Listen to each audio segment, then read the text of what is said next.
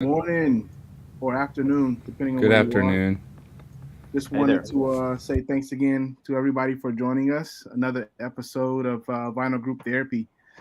Today we're gonna start with our favorite spins of the week, and we're gonna deep dive into a very interesting topic. Mazzy actually did a video centered around this, and I thought it would be great to continue this conversation. This one's going to be about FOMO, multiple copies, and limited editions. Fear of missing out. Oh yeah. So if Davis, if you want to kick it out, let's run through your favorite spins of the week. Yeah, it was kind of a weird week. I'm at the I was at the end of the semester, and so it was a heavy work week. So I didn't get to sit down and listen as much as I'd like. And speaking of group therapy, I can usually judge my mental health and well being based off what I'm listening to. If I'm not really able to sit and connect with the record, maybe people will think I'm crazy, but maybe someone else will understand. This is going to be a familiar theme because you said that last week too. So that's going to be our mental health segment of this therapy. Yeah, yeah. If I'm only, let's put it this way, if I'm only listening to the same five pop songs that I've been listening to for the last 15 years, I'm like, yeah, something's not right. But anyway, it was kind of a stressful week. But last night, I finally got to sit down, actually streamed and listened to some records. But I thought, maybe in keeping with our contemporary, well, these people are still so let's just talk about it, I guess. This is Tholim Oliveros and Klein, Pauline Oliveros, Nels Klein, who has some guitarist who has some Blue Note albums out now. Pauline Oliveros, kind of a legend in the new agey electronic stuff. And then Tholim McDonas is on piano. And so it's accordion, guitar, and piano. And it's free improvisation. I actually wasn't feeling it at first, but at the end of this first side, though, the more electronics are coming in, and it gets this kind of eerie vibe. But there's an accordion here, which I think is I think is badass. So that's my first one that I really enjoyed. It's called Molecular Affinity. So those of you who don't know, Nels Klein is a member of Wilco. Oh, was he really? He is now. He still is. I mean, Oh. that's his paycheck. And he does all the avant-garde and the neo jazz or whatever you want to call it stuff. Some great things. Yeah, I mean, side project. I've seen his Blue Note albums, and I haven't really listened to them, but I wasn't particularly drawn to them. But this release is good. It's cheap too. Molecular Affinity. So that was my first one. If anyone else wants to go. Oh well, I'll go. I'll do my first one. This is one of my favorite albums from this musician, but also one of my favorite albums. I mean, in general. And this is Indestructible by Art Blakey and the Jazz Messengers. Lee Morgan, Curtis Fuller, Wayne Shorter, Cedar Walton, and Reginald Workman. Incredible album. Classic. A Yeah, classic. it's just, and the 80, which version of that is that? Well, okay, so if you're looking for this album now, the 80th from Blue Note is still in print. It might just be at got repressed. time. A bunch of them. You can go to any record store and you should be able to find it. Yeah, this is the Unicorn. This is the Music Matters 33 SRX. So that's one I have. I have that one. To be I have the 80. They all sound good. It's really awesome. Good. Yeah, that's a record everyone should own. Everyone should own. If you like jazz, if you like art. If you like drums. Yes. Yeah. Oh, yeah. That's it. Okay. I'll go now. Okay. I'll go now. No, I'm going to go before you, Rob. Oh, jeez. I'm probably going to show the same record you're showing. No, you're not. You're not. No one's going to show this one. I think I mentioned this on another stream, but I haven't featured it yet. And I love this record. It kind of follows well with what Fred talked about with Nils Klein, because he's a guitar player in Wilco and does these side projects. He comes out of the jazz and avant-garde mode, and with Wilco he plays a whole different thing. But I can't remember. Wilco guys would know. I think he came in around the time of of the Yankee Hotel Foxtrot, I think. And so he made that kind of angular kind of, that's a weird record. And it's so surprising that Warner Brothers dumped that record and wouldn't put it out, and Nonsuch picks it up, and the rest is history. But it's similar wise, Johnny Greenwood, who is a guitar player for Radiohead, does a great series of soundtracks. And this soundtrack he did for the film Spencer. I haven't seen the film. It's about Lady Di, and it's with Kristen Stewart. I just love this cover. What a beautiful, beautiful cover. But Johnny Greenwood has done a series of soundtracks for Paul Thomas Anderson, like Phantom Thread, There Will Be Blood, The Master. And he has a sort of a neoclassical, sometimes avant-garde, sometimes jazzy a little bit side to it. But he's a composer, and his stuff is scored in like usually small groups of stringed instruments, usually not full orchestration, I don't think.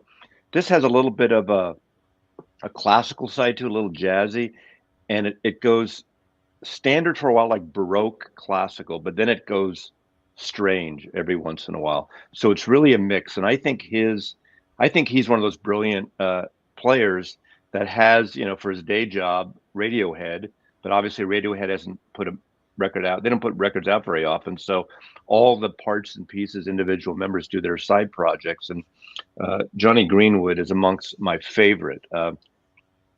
There we are. So that's I only have two choices. I'll wait till we come around the other side, but the soundtrack to this, it's on Neon Records, and it's a beautiful record. Is that cover? Is that a drawing or is it an actual photo? It's a photograph. It looks like it was shot separately as a portrait for the movie poster, I believe. It's Kristen Stewart, but I mean, those of you, good wedding photography and portrait, very heroic, and it's very like shooting a great portrait of the Queen or the King, the royal family. It's just such a luscious. Do you have the Beanie Baby? Do I have a Beanie Baby? The Princess Diana. The wedding. They came out with a whole line. And I've got it. Yeah. Oh, you do? Fred was banking his future on the value of those Beanie Babies. The Beanie Baby documentary? Did you watch that? I've seen one. I don't know if it was. He's in it. Yeah, I'm in it. The failed. No, so there's a new one. That's the tangent we're going in. No. Well, hold on a minute. Some Lady Di Beanie Babies right now. I don't have any soundtracks, but There Will Be Blood. I don't know that I paid attention to the soundtrack. Yeah, but remember this that piano in the first scene when they're in the when he falls in the cave. There's that piano note. Mm-hmm. Oh God! So I had this friendish colleague that was working on writing about the sound in that movie for an article, something about taking like an eco-criticism approach. But I'd have to go back and watch it and pay attention to sound now that I know it. So you're saying the same guy did? Well, Johnny Greenwood did, and he did 4. I think he also did the Vice, something Inherent Vice, which is probably my least favorite film of Paul Thomas Anderson. Paul Thomas Anderson is the one who did early on. His first major breakout was Boogie Nights, and he did The Master, which actually it was The Hard Eight. But was his breakout. But Boogie Nights was the one that really crossed over. That's the one that became. Like if you don't listen to me, you're going to drink my milkshake. That's all. Yeah, right, exactly. So, yeah, There Will Be Blood. I love that movie. I mean, he's done 2 films with Daniel Day-Lewis. Phantom Thread is a really kind of neoclassical soundtrack that he did also. That's so good, so beautiful. Yeah, I don't own many soundtracks. I know some people are really into them. They always feel inconsistent for me. Like I do own one, and there will be like a 30-second song. Well, they cram them. If it's a soundtrack that has a lot of songs, sometimes that can be good, but sometimes they cram the orchestration. Let's talk about the difference here, just to set things straight. Which there's a difference between a soundtrack and a score. I prefer the score. Soundtracks are usually songs in a movie. Sometimes you'll go to like going back to Dick Tracy. you have the soundtrack with the Madonna song and this song and that song, and that's the feeling of music I wrote for Dick Tracy that are not in the friggin' movie. But then it'll have the score by Michael Kamen or whoever or Hans Zimmer that does actually the score of the music. And I usually prefer the score better because they're more thematic. They fit consistently, whereas taking songs like I know there's someone mentioned there's a soundtrack. I guess he did the soundtrack. He did the soundtrack to Licorice Pizza. I didn't know that, but there's a soundtrack with all just the songs, all those right 70s Well, I songs. thought that was the one that came out. I mean, it's a fine line. Like I thought for singles, or Nancy Wilson did a lot of scoring, but it was like guitar riffy kind of stuff for Cameron Crowe movies. Right. Yeah. Well, you know, one of the best scores, it actually won this year, 2 years ago, it won for best score for in Hollywood, is that I think she's a German composer, woman, for Joker. That is I think Fred would love that. It's really out there, but it's intense. You know, talk about mental health. That whole, if you haven't seen Joker, it's not your typical Marvel type or universe, or what do you call it? The other DC comic. It's about during the Reagan era when they closed down the mental facilities, and this guy, you know, and this character is thrown out, meds off, everything, and of course we know what he turns into. And Joaquin Phoenix obviously got an Oscar for that. Batman. Well, yeah, but it's not a superhero movie. That's what's great. No, about yeah, it. I've seen it. Oh, it's a dark film, and the score is great. Have you seen any of the photography, the on-set photography from that, Mazzy? From which movie? Joker. I have not. It's I'll find the guy's Instagram and send it to you. He did an incredible job photographing behind the scenes. I can imagine. Yeah, it was really, really good. It's ballsy. I know we're going on a different tangent, but it's ballsy for DC to let them do that movie, because I think some people went in different expectations of what that was going to be about, and oh god. I think I kind of believe the way it was done was kind of outside. I mean, Warner Brothers is trying to hire a Kevin Feige guy to take over the management, but I believe that movie was made kind of outside of the purview of the way they were making. Well, to me, it worked. Maybe I loved it. I feel like if it goes against their. It's an R-rated movie. It's not for kids. So I enjoyed it way more. It's disturbing. It's definitely disturbing. Yeah. Yeah. Okay. Is it my turn? Because the Johnny Greenwood record I was going to show. Fuck that. We're going to skip you because you're going to probably rate the rest of us and do like some kind of thing, because you work in Hollywood, don't you, Rob? Right. Well, good job trying to belittle me, Mazzy, but I'll do it myself. Belittle me. But so I talk about Oscar Peterson a lot, and I would think for the most part of his success, he was kind of a mainstreamy jazz pianist guy. But the dude was a hulk of a man. He had huge hands. I would have to say he was probably one of the fastest jazz pianists there were. But there was a period of his career, I think he was at the time maybe signed to Verve, where he befriended I forget the guy's name, Mazzy, you might know off the top of your head, the gentleman who ran MPS Records, the German dude. And he would attend the guy would have these cocktail parties, and Oscar Peterson and his trio would come and perform at them for a small group of people. And the guy had the genius to record all these times he did it. And they weren't released because he was contractually couldn't release them. He was signed to Verve. But afterwards they released them, and they're a set of these exclusively for my friends albums. And there's a box set that was reissued or came out in the last year. I bought it, but it was not well made. There was warping and stuff. And I started picking up and there are two ways that albums were released. They were released individually. I think there's actually technically 6 of them, but there was Speaker's Corner has a 7th lost tapes edition. This was a twofer of 2 of them. And these are amazing. It's mostly a trio, and it is him just cut loose. He is just performing for the joy of performing. And this is some of the. If you want to get into him, I highly recommend getting these exclusively for my friends, because it's raw, just awesome playing, and he's just going for it. I mean, it's the closest thing to just maybe like rocking out, like Jimi Hendrix rocking out a guitar. It's just Oscar Peterson just playing. You hear him humming along. I love his playing. He doesn't get a lot of love to some people.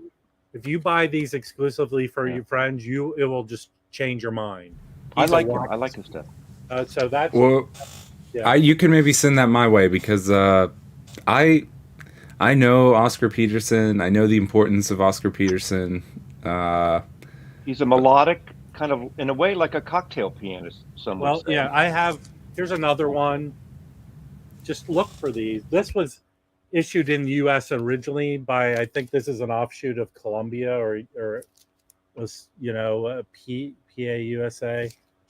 But get the MPS ones. They just are so well made, and the recording is just genius. So the jackets too.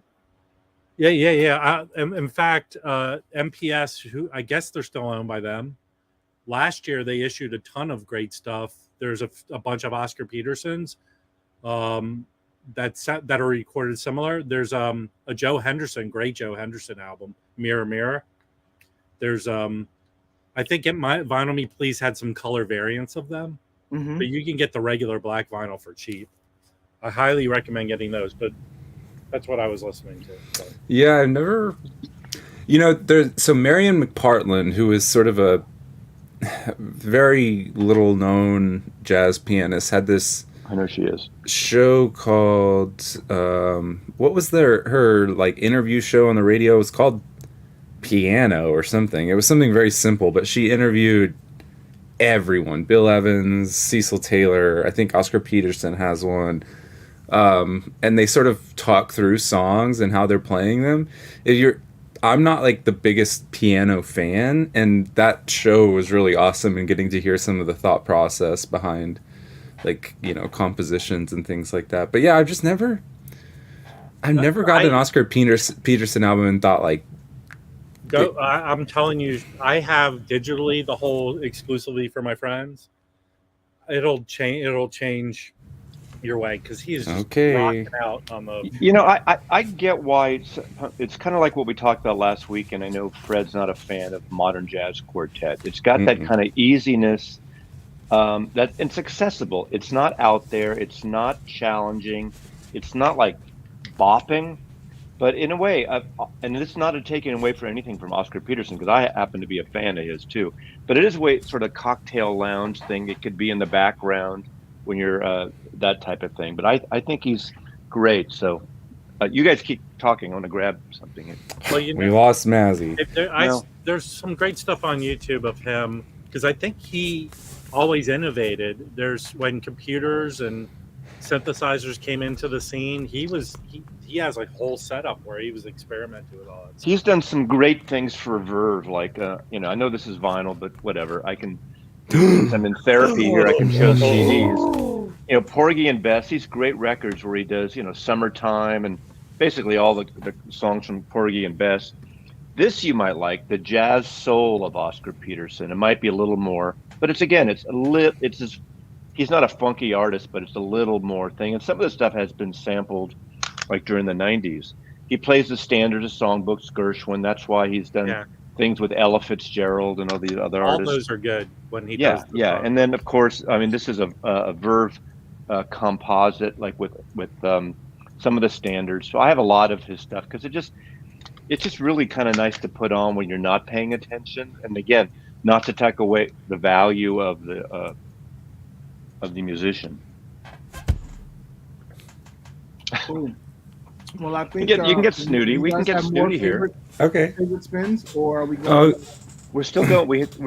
I have one more. So does anyone else? Okay. Yeah, I've got a lot more, but we won't get into all of them. But I have nothing to say on the topic today, really. So we just keep it on. Just keep it on. Okay.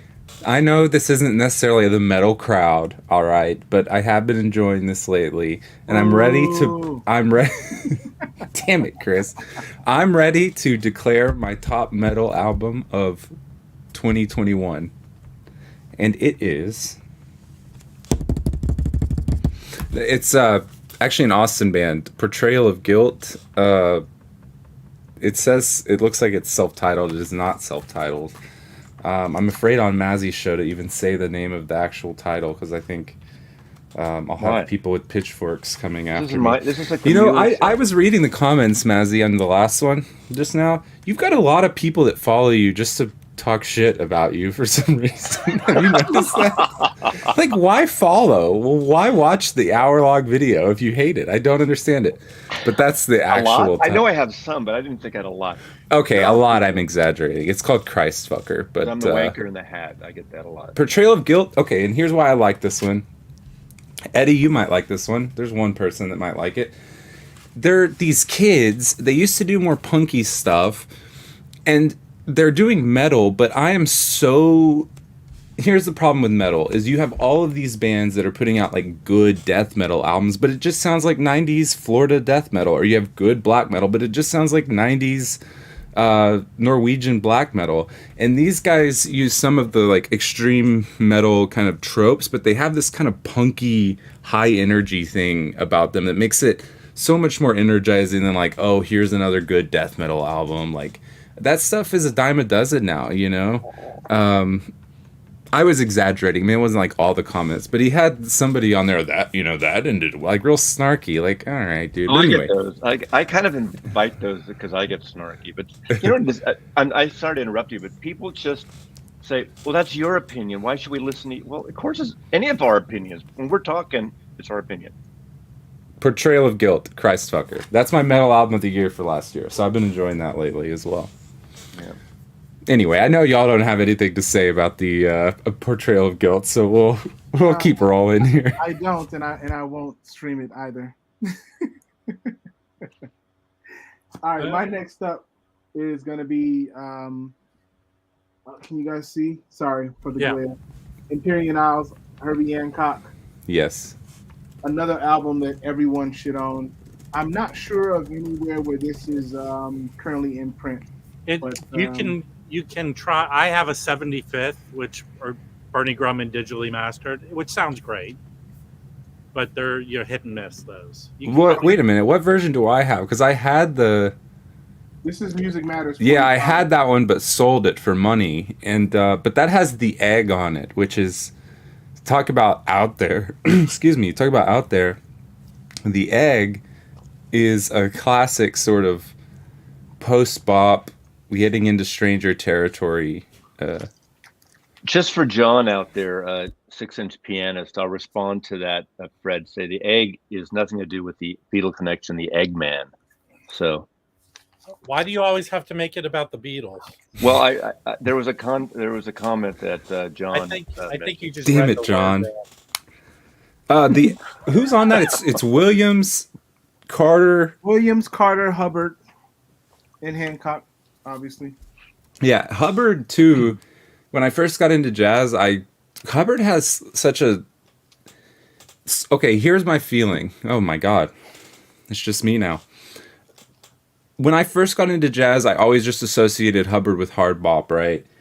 And sometimes you'll get these musicians that sort of felt the new wave coming of like avant-garde music. They played on some avant-garde albums, but you kind of get the feeling like they weren't really fitting in there. But Hubbard, when he plays on out there stuff, like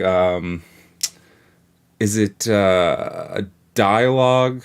There's this great track, Ghetto Lights. It's a Hill composition.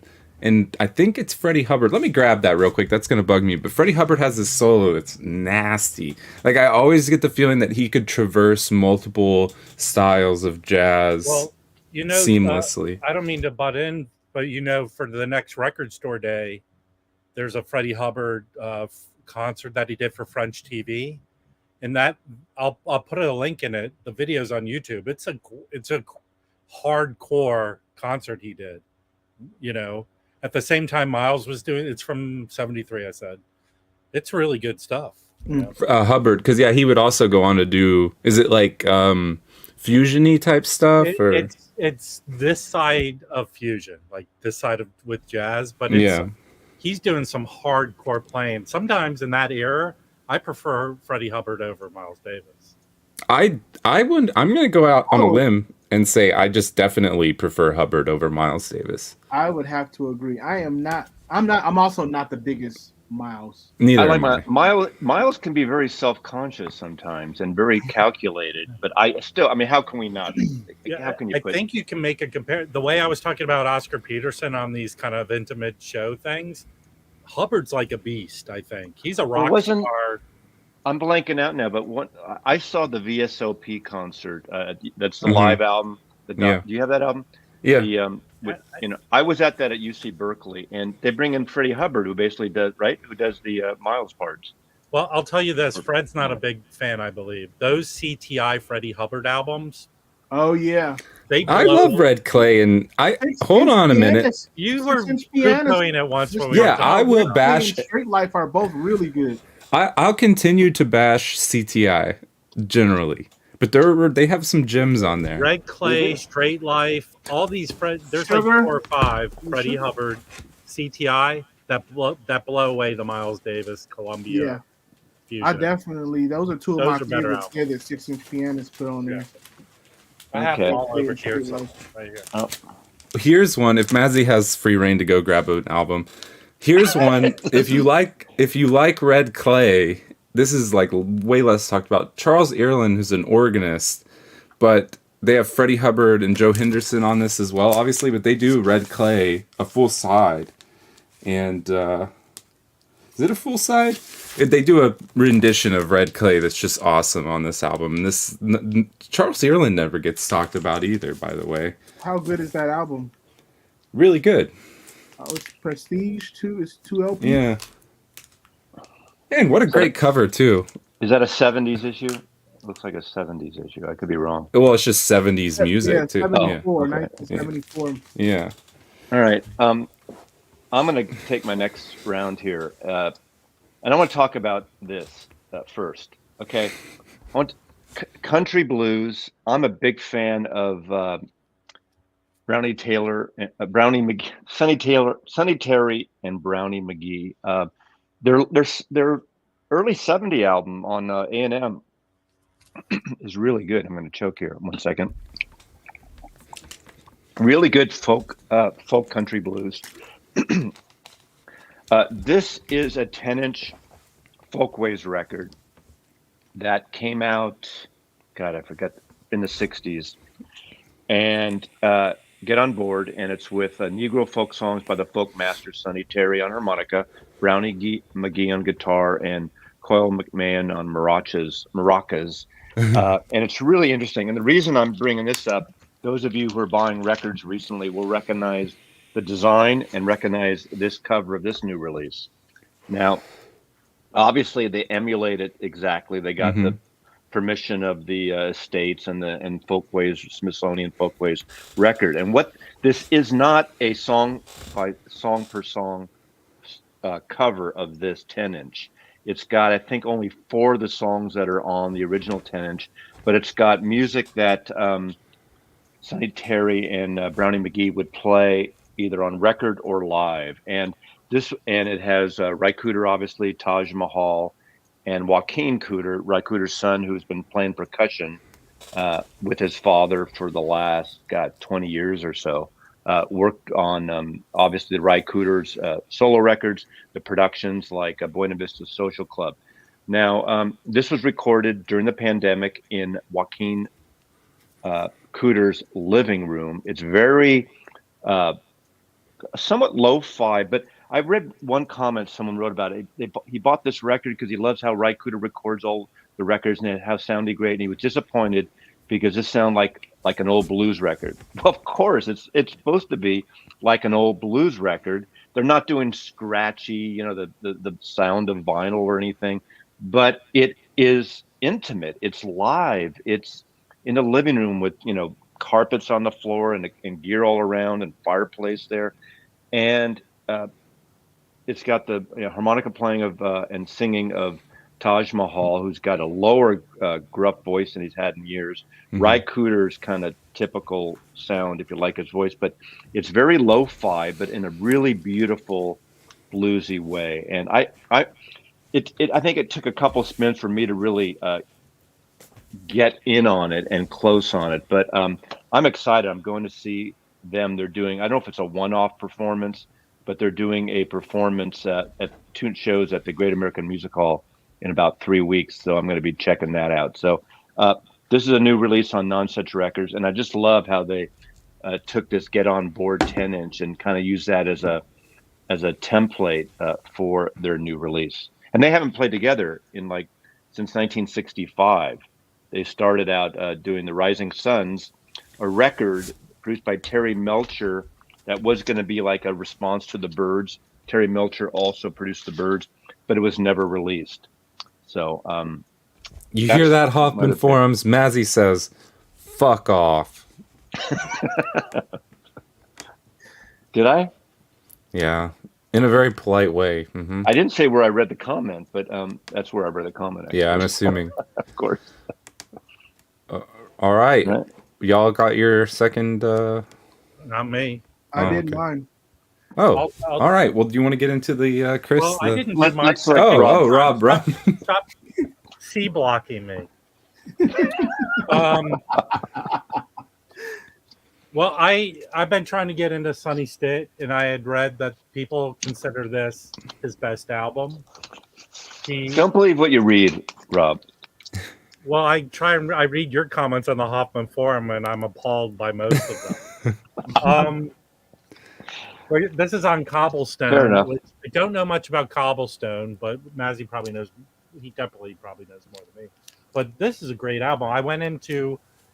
I'm going back to work in person, and it's near Amoeba, which is dangerous. So I go in there, and they had a copy of this in mint edition, and this is great.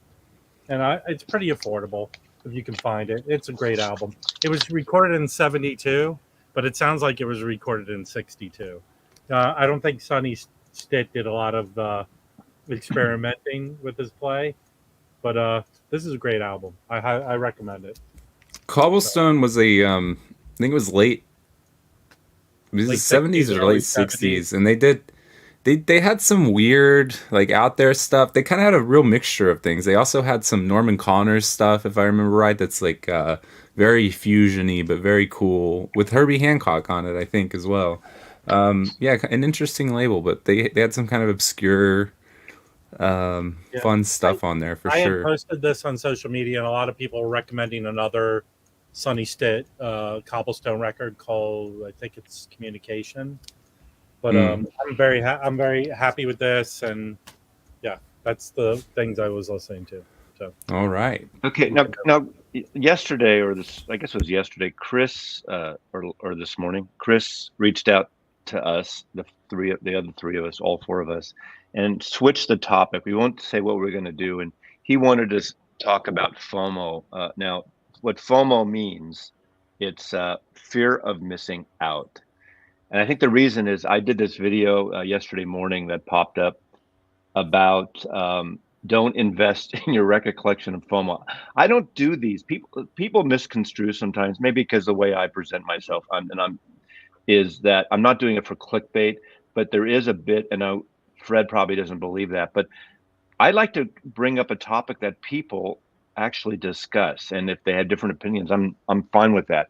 But there is this thing now of whether it's Record Store Day, limited jazz release, limited Paul McCartney, really whatever, that, oh my God, we have to jump in now, that all that bullshit that Chad Kasson says about buy now, cry later, I get it, but people feel the need to buy it now, or if they're buying a box set or a limited edition, they feel the need to have every single one. So if you have 9 of them, you can't stop at 9. You have to get 10, 11, 12, even if you don't like the friggin' music. And that, I'm a little offended's probably overkill, but I get a little upset, like this whole thing about investing, buying a copy, keeping it, locked away and sealed so you can flip it or something. And again, I don't care about people selling records, but the idea that you need a backup. Who needs a friggin' backup of the exact same record? Records don't wear out. They don't. I got beef with your video, Mazzy. Okay, fair. That's what we're talking about. So that's where this came. Let's dive in. My only beef with Mazzy's video is I would rather him just make. First of all, just my take on all of this, and I really don't have much to say about it. I've collected various things. Ooh, some records just showed up. I've collected various things throughout the years, and I've seen collecting communities. I think this represents sort of the worst of collecting, which is this: brands understand that people are going to get excited if something's limited, and they sort of manufacture hype around something. They unnecessarily and then it becomes, like Mazzy says, not about the music, but more about the collecting aspect.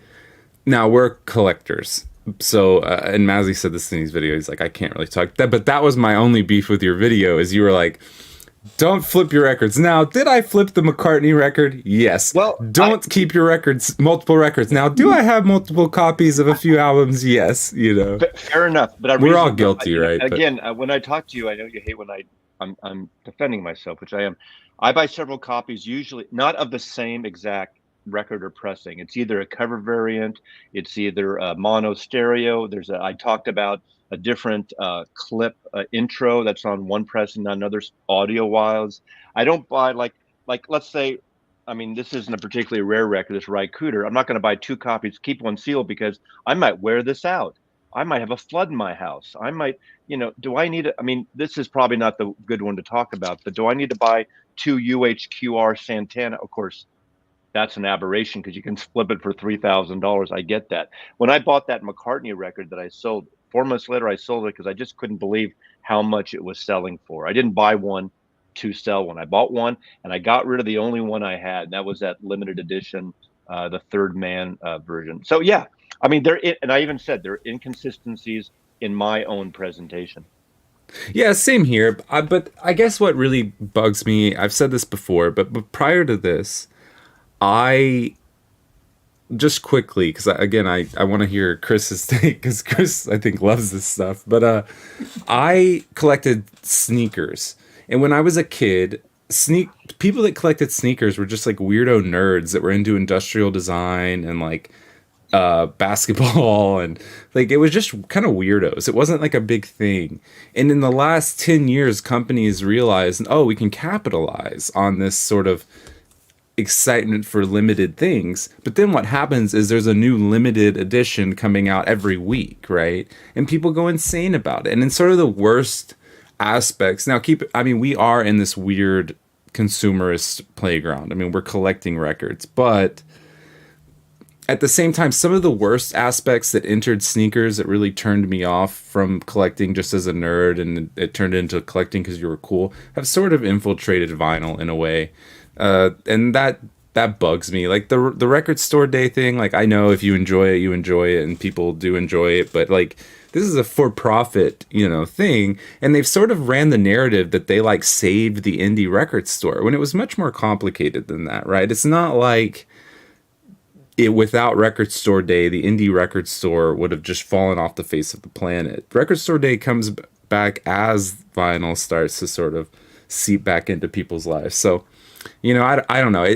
To me, the aspects around all of this manufactured hype are some of the worst aspects of collecting, and I won't even mess with it. Like, I'm not going to sit in line for. Do you remember the pre-order for the one-step craft stuff? Like, I'm just not going to do it, man. I did that with sneakers. I would wake up at 6 a.m. and get on the computer, and that also like destroys the personal touch of back when I was a kid and collecting sneakers. You could go and get a rare pair just from having a relationship with someone, and then it turned into this online, I got to sit by my computer at 6 a.m. and I just don't want to do it again with another hobby. So that's my take. I won't say anything else, but I do have a sealed Mono 14. A friend of mine at Capitol sent that for when they came out, sent me a copy of that. And I actually gave a whole set free to Steve Carlson after his flood. So I don't buy them to flip. I do have some, and again, that's my consistency. Those kind of things I'll have. If I do have a second copy, I don't buy a second one usually, unless it's really different, unless I'm buying it for a friend or to give away. I've given the archivist a box set of Beatle records. I sent Putterman, Harrison, All Things Must Pass. I don't sell records. I mean, except the Coleman collection, which we did. So, Holy shit! I have to go. I think MoFi just dropped an album. All right, see you later, Rob. Well, I'll chime in. Okay, all right, yeah. I think that was a great segue into mine, Fred, because I grew up collecting stuff before records. Probably the biggest thing I collected was like crazy saltwater corals and Jordans.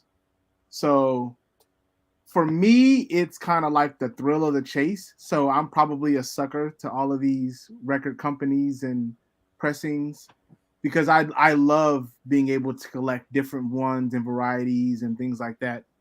Sometimes I flip, but usually for me, it's just like the whole scenario and like trying to find that other pressing and add it to the collection. I love it. So I'm probably on the complete opposite spectrum of this. Like for me, like I was getting a lot of the Music Matters Jazz 45s, and it got to the point where I think I was only missing, I think maybe like 15, and the 15 that I was missing were not albums that I would like really go after. But I was like, well, fuck it, I only got 15 more to go. I might as well just complete it and have all the 45s. And that's just my personality, I guess, you know? You're more like that Michael, doesn't- 45. I Well, feel like okay. he's, yeah.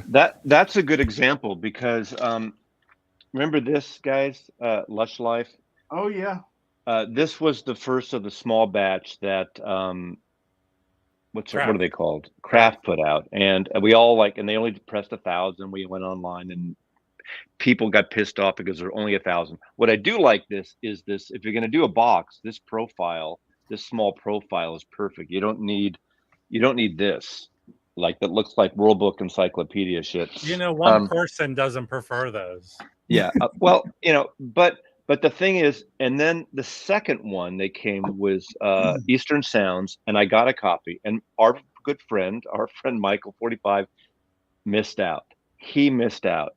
So I ended up sending him my copy because he's more of the completist where he has to have every volume. So I don't have it. I did order this third one, and I'm not going to order the ones I don't like the music. I don't know why I ordered that. You're right. It was the fear of missing out on the Relaxin Miles, which still available? I think it's still. It is still available. It'll sell out eventually. And it's shipped now, so it's on the way.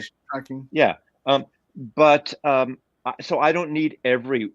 And the point in that video, I said, well, yeah, you got 9 UHQRs or something where you have to order all the Van Halen, whether you like Van Halen. I'm not picking on them, but there is a sense that people order these because they want those spine encyclopedias on their friggin' shelf. That kind of bugs me. Now, I'm not saying people shouldn't do it.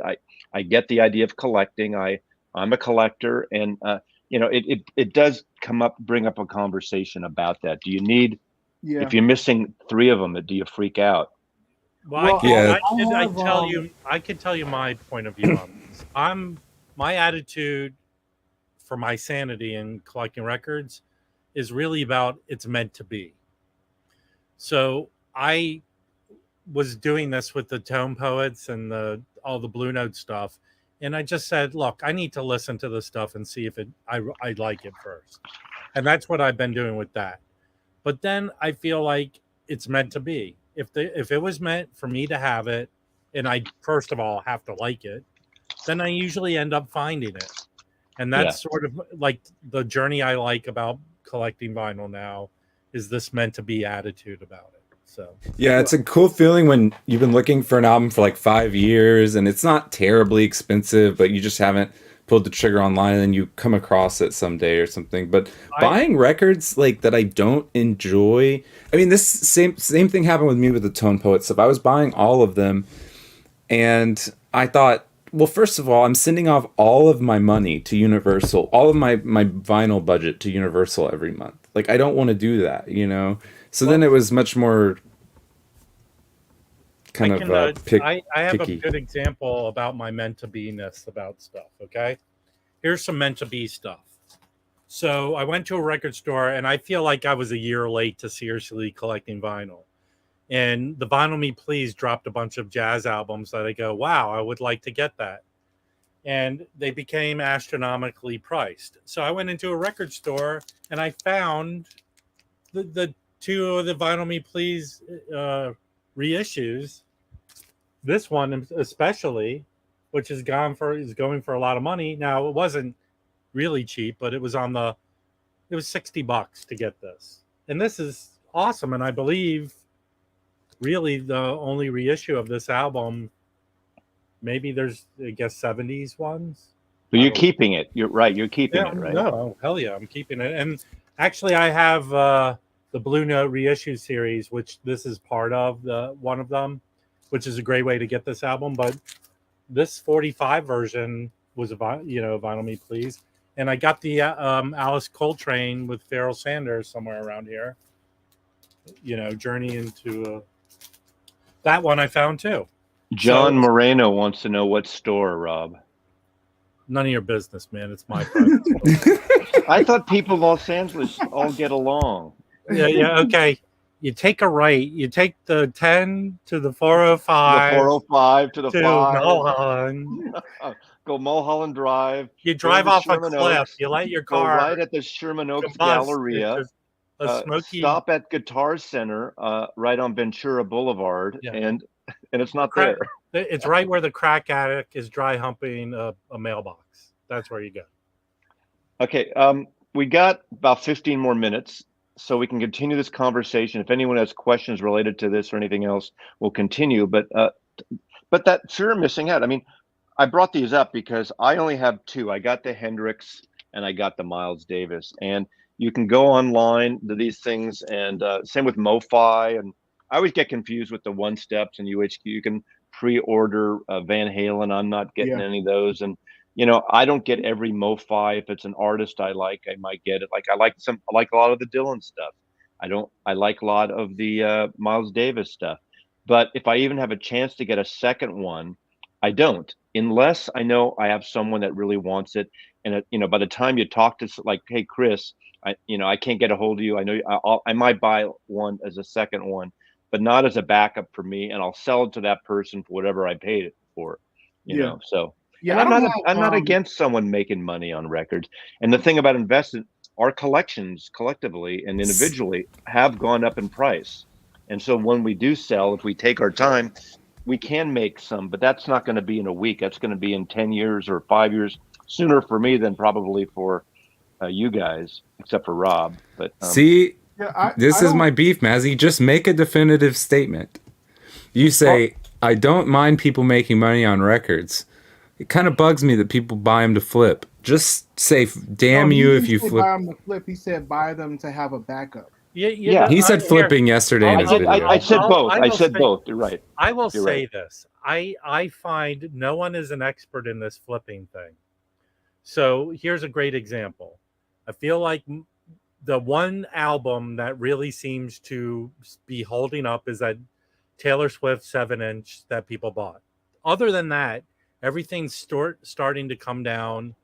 The flippers are either losing the money or they're just breaking even because they're being forced to sell it on what the price it was. In terms of flipping, the premise of that thing wasn't really about flipping, although that does come into play. That wasn't my intention, but I know it comes into play.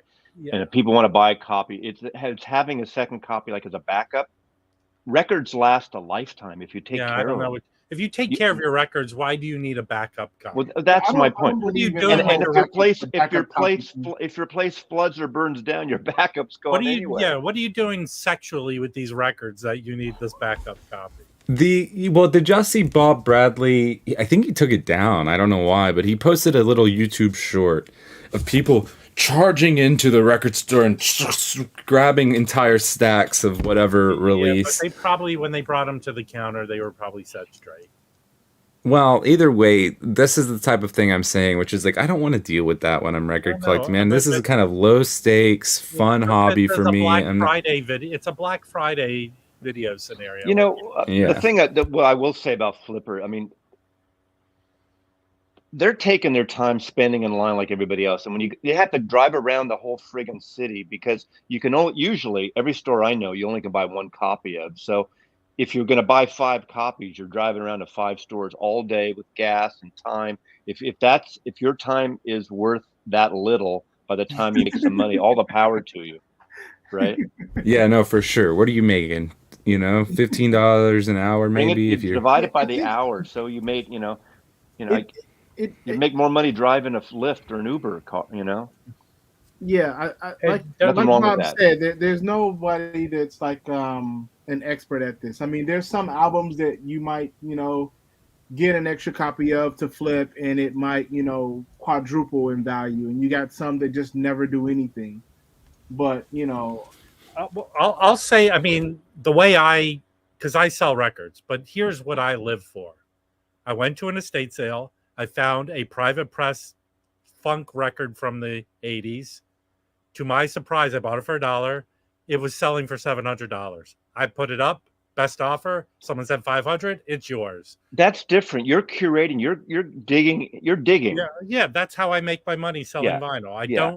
I don't prey upon the fact that I found an album to flip because and cut someone off who really wanted it. That's not my motive for how I make money selling records. Right. well, that's not my motive either.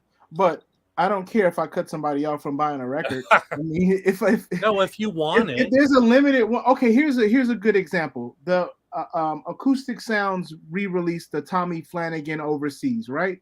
yeah. I bought 2 copies, and I sold one for double what I paid, so my copy was free. Yeah.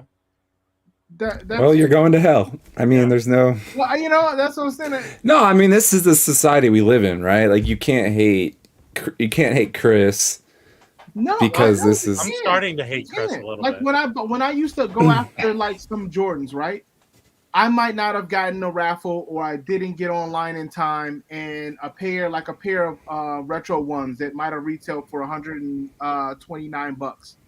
I might have paid $250 for them because I missed out, but I really wanted it. Am I mad at the guy who's selling them to me for $250? No, he's making some money off of it. He did what he needed to do to get them. I know. What's great? We're talking about I'm sorry. capitalism now, though. This is a big topic because I mean, well, I don't see, I mean, it's conversations come up all the time. My video was posted over on, I think it was a MoFi group forum on Facebook, and people are getting so fucking pissed.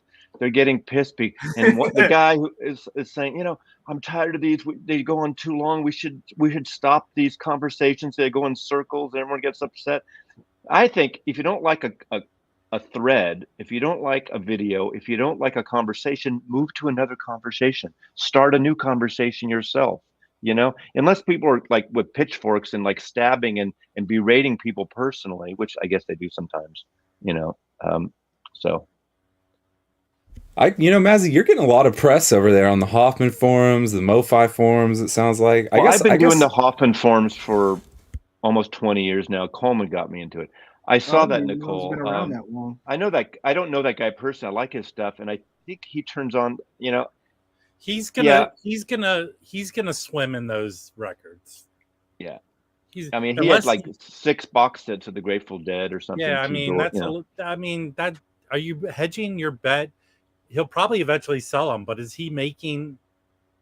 Yeah, even at a 20% profit, is that worth it? I mean, he spent not. between going to Marin County and San Francisco, he spent $20 in bridge tolls alone that day. Yeah. I know the area. It's definitely not. I mean, Well, I'm more into the multiple copies because, like I said, I like to collect. I'm gonna just show one more example, Fred, and then I'll let you. Oh yeah. All right, so John Coltrane's Blue Train, one of my favorite albums. It came out with acoustic or analog productions back then. It was on 45. And then, of course, Music Matters released it on 33, so I bought the SRX version. And then they also came out with a blue vinyl version. Now, I've played the 33 SRX and the 45, but I haven't opened the blue vinyl. But I was like, oh, it's cool. I really just wanted to collect them. That's it.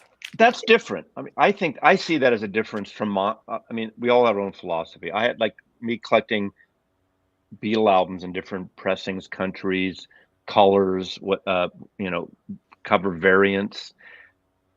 I get that. Again, my justification works for me, and I know it's inconsistent. We got 5 more minutes. So. I was gonna say, Chris, that I paid like I did this for a living for years at the end of the sneaker world for me. Oh yeah? Yeah, like that's what I did. I made enough money.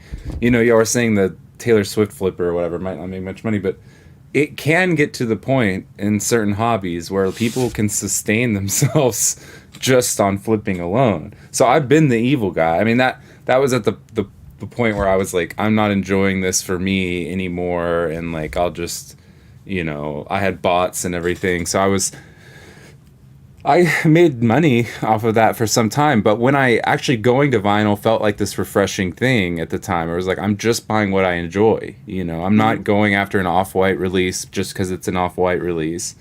And so, yeah, for me, it's felt like over the last, I don't know, few years that some of those aspects but here's the great thing about vinyl collecting. If you wanted to ignore all of this, there's so much music that you could, you know, like if you like, I don't do record store day.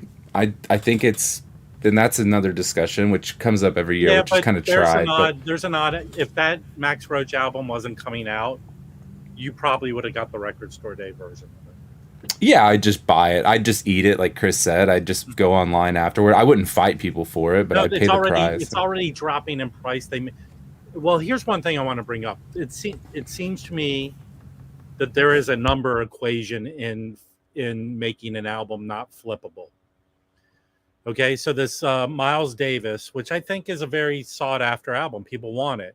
It seems that 5,000-6,000 mark is really pressings. Yeah. Well, the Bill Evans, which the record store days notoriously are flippable. They are always wanted. But it seems like the two that came out this year, were they at 6,000? I think they were around 5,000. Those have already, you can get them for what they're going for. They're not going for outrageous prices. Yeah. Yeah, but regardless, okay, let's take that Max Roach. I mean, that one's it's already a record, right? That's a reissue of the record. Like, you could just ignore all of this, and there's still so much music that's great. That's $3, $5. Give it its weight. It's a Bernie Grumman remastered. It's a whoever owns the rights to all those Candid albums. It's their reintroduction into the marketplace. Yeah, well, that's another. Audiophiles rely on a comparison to. Say that they're audio. Well, there is that. I mean, you know, I'm really thrilled the last 5 years about that. A lot of new people have gotten into jazz who would never be caught dead with it, buying jazz records and everything. And there is a little bit about this. Oh my God, it's a Bernie Grumman or a Kevin Gray. I'm going to get it, whether I like it or not. And then they get it and they're disappointed, or they like 4 out of 5. They might not like it, but they feel like you have to keep going.